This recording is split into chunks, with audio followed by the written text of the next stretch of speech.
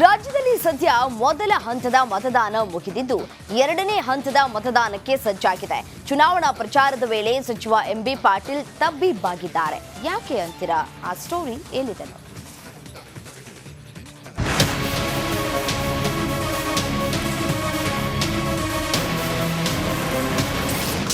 ಅಭ್ಯರ್ಥಿ ಪರ ರಾಹುಲ್ ಗಾಂಧಿ ಪ್ರಚಾರ.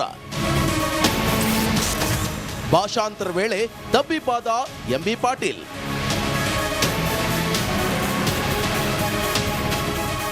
ರಾಜ್ಯದ 14 ಜಿಲ್ಲೆಗಳಲ್ಲಿ ಮೊದಲ ಹಂತದ ಮತದಾನ ಮುಗಿದಿದ್ದು ಎರಡನೇ ಹಂತದ ಮತದಾನಕ್ಕೆ ಜನ ಕಾಯ್ತಿದ್ದಾರೆ.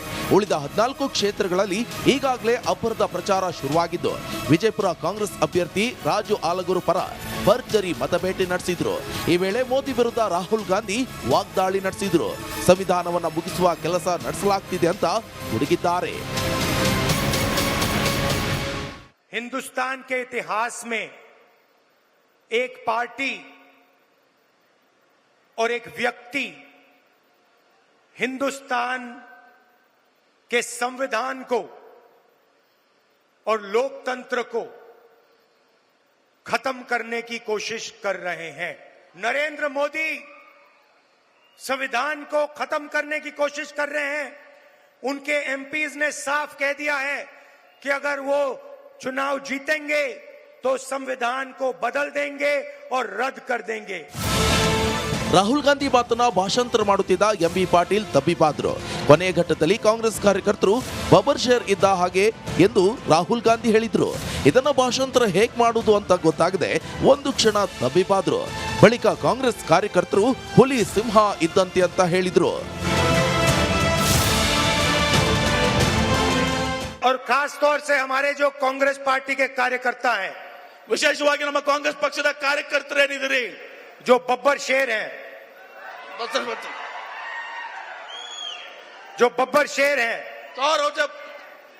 ನೀವೇನು ಹುಲಿ ಸಿಂಹಗಳಿದ್ದೀರಿ.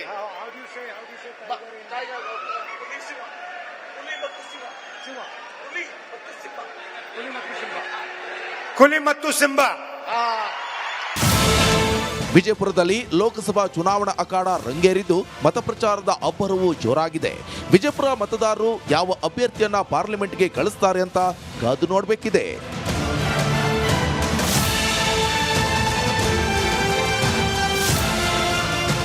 ಕ್ಯಾಮರಾಮನ್ ಸುನಿಲ್ ಜೊತೆ ಅರುಣ್ ಹಿಪ್ಪರಗಿ, ರಿಪಬ್ಲಿಕ್ ಕನ್ನಡ, ವಿಜಯಪುರ.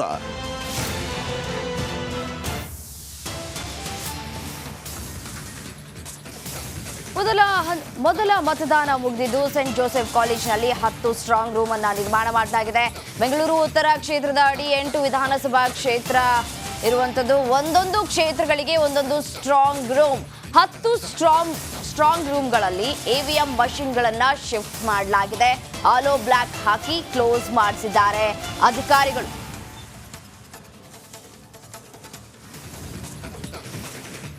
ಈಗಾಗಲೇ ಮೊದಲ ಹಂತದ ಲೋಕಸಭಾ ಚುನಾವಣೆ ಮತದಾನ ಕಂಪ್ಲೀಟ್ ಆಗಿದೆ.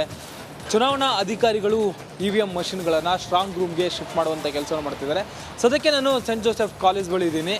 ಇದು ಬೆಂಗಳೂರು ಉತ್ತರ ಲೋಕಸಭಾ ಕ್ಷೇತ್ರದ ಸ್ಟ್ರಾಂಗ್ ರೂಮ್ಗಳನ್ನು ಈ ಒಂದು ಕಾಲೇಜಿನಲ್ಲಿ ಮಾಡಲಾಗಿದೆ. ಒಟ್ಟು 10 ಸ್ಟ್ರಾಂಗ್ ರೂಮ್ಗಳನ್ನು ಇಲ್ಲಿ ಏರ್ಪಾಡು ಮಾಡುವಂಥ ಕೆಲಸವನ್ನು ಮಾಡಲಾಗಿದೆ. ಈ ಒಂದು ಲೋಕಸಭಾ ಕ್ಷೇತ್ರದ ಅಡಿಯಲ್ಲಿ ಅಂದರೆ ಬೆಂಗಳೂರು ಉತ್ತರ ಲೋಕಸಭಾ ಕ್ಷೇತ್ರದ ಅಡಿಯಲ್ಲಿ ಒಟ್ಟು 8 ವಿಧಾನಸಭಾ ಕ್ಷೇತ್ರಗಳು ಬರುತ್ತೆ. ಹೆಬ್ಬಾಳ, KR ಪುರ, ಮಲ್ಲೇಶ್ವರಂ, ಮಹಾಲಕ್ಷ್ಮಿ ಲೇಔಟ್ ಮತ್ತು ಈ ರೀತಿ ಒಟ್ಟು 8 ವಿಧಾನಸಭಾ ಕ್ಷೇತ್ರಗಳು ಬರುತ್ತೆ. ಅದರ ಅಡಿಯಲ್ಲಿ ಬರುವಂತಹ ಎಲ್ಲ ಬೂತ್ಗಳಲ್ಲಿನ ಮತ ಯಂತ್ರಗಳನ್ನು ಇವತ್ತು ಶಿಫ್ಟ್ ಮಾಡುವಂಥ ಕೆಲಸವನ್ನು ಮಾಡಲಾಗ್ತಿದೆ. ಅದರಲ್ಲಿ 2 ವಿಧಾನಸಭಾ ಕ್ಷೇತ್ರದಲ್ಲಿ ಅತಿ ಹೆಚ್ಚು ಮತಗಟ್ಟೆಗಳನ್ನು ಹೊಂದಲಾಗಿತ್ತು. ಅದರಲ್ಲಿ ಪ್ರಮುಖವಾಗಿ ಯಶವಂತಪುರ ಮತ್ತು KR ಪುರಂ ಈ 2 ಕ್ಷೇತ್ರಗಳಲ್ಲಿ ಅತಿ ಹೆಚ್ಚು ಮತಗಟ್ಟೆಗಳನ್ನು ಹೊಂದಲಾಗಿತ್ತು. KR ಪುರದಲ್ಲಿ 508 ಮತಗಟ್ಟೆಗಳನ್ನು ಅಂದರೆ ಬೂತ್ ಕೇಂದ್ರಗಳನ್ನು ಏರ್ಪಡಿಸಲಾಗಿತ್ತು. ಮತ್ತೊಂದು ಕಡೆ ಯಶವಂತಪುರದಲ್ಲಿ 543 ಮತಗಟ್ಟೆಗಳಲ್ಲಿ 543 EVM ಮಷಿನ್ಗಳಿತ್ತು. ಎಲ್ಲವನ್ನು ಕೂಡ ಈಗ ಶಿಫ್ಟ್ ಮಾಡುವಂಥ ಕೆಲಸವನ್ನು ಮಾಡಲಾಗ್ತಿದೆ. ಸ್ಟ್ರಾಂಗ್ ರೂಮ್ಗೆ ತರುವಂಥ ಕೆಲಸವನ್ನು ಮಾಡಲಾಗ್ತಿದೆ. ಒಟ್ಟು ಈ ಕಾಲೇಜ್ನಲ್ಲಿ 10 ಸ್ಟ್ರಾಂಗ್ ರೂಮ್ಗಳನ್ನು ಮಾಡಲಾಗಿದೆ. ಅದರಲ್ಲಿ 2 ಯಶವಂತಪುರ ಮತ್ತು KR ಪುರಮಲ್ಲಿ ಜಾಸ್ತಿ ಮತಗಟ್ಟೆಗಳಿರೋದ್ರಿಂದ ಆ 2 ಕ್ಷೇತ್ರಗಳಿಗೆ 2 ಸ್ಟ್ರಾಂಗ್ ರೂಮ್ಗಳನ್ನು ಮಾಡಲಾಗಿದೆ. ಉಳಿದಂತಹ ಎಲ್ಲ ಉಳಿದ ಕ್ಷೇತ್ರಗಳಿಗೆ ಒಂದೊಂದು ಸ್ಟ್ರಾಂಗ್ ರೂಮ್ಗಳನ್ನು ಮಾಡುವಂಥ ಕೆಲಸವನ್ನು ಮಾಡಲಾಗಿದೆ. 8 ವಿಧಾನಸಭಾ ಕ್ಷೇತ್ರಗಳಿಗೆ ಒಟ್ಟು 10 ಸ್ಟ್ರಾಂಗ್ ರೂಮ್ಗಳನ್ನು ಮಾಡಲಾಗಿದೆ. ಯಾವಾಗ ಒಳಗಡೆ EVM ಮಷಿನ್ಗಳನ್ನು ಅಂದರೆ ಟ್ರಂಕ್ಗಳಲ್ಲಿ ಇಟ್ಟು ಒಳಗಡೆ ಇಟ್ಟ ನಂತರ ಈ ರೀತಿಯಾಗಿ ಕಿಟಕಿಗಳನ್ನು ಕಂಪ್ಲೀಟಾಗಿ ಆಲೋ ಬ್ಲಾಕ್ ಮೂಲಕ ಕ್ಲೋಸ್ ಮಾಡುವಂಥ ಕೆಲಸವನ್ನು ಮಾಡಲಾಗುತ್ತೆ.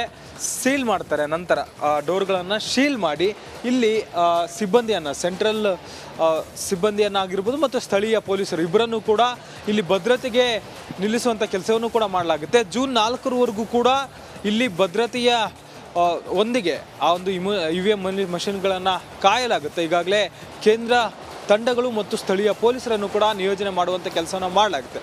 ಸದ್ಯಕ್ಕೆ ಬೆಂಗಳೂರು ಉತ್ತರ ಲೋಕಸಭಾ ಕ್ಷೇತ್ರದ ಎಲ್ಲ EVM ಮಷಿನ್ಗಳನ್ನು ಒಂದೊಂದಾಗಿ ಸ್ಟ್ರಾಂಗ್ ರೂಮ್ಗೆ ತರುವಂಥ ಕೆಲಸವನ್ನು ಮಾಡಲಾಗ್ತಿದೆ. ವಿಡಿಯೋ ಜರ್ನಲಿಸ್ಟ್ ಮಂಜುನಾಥ್ ಜೊತೆ ಮಾದೇಶ್, ರಿಪಬ್ಲಿಕ್ ಕನ್ನಡ, ಬೆಂಗಳೂರು.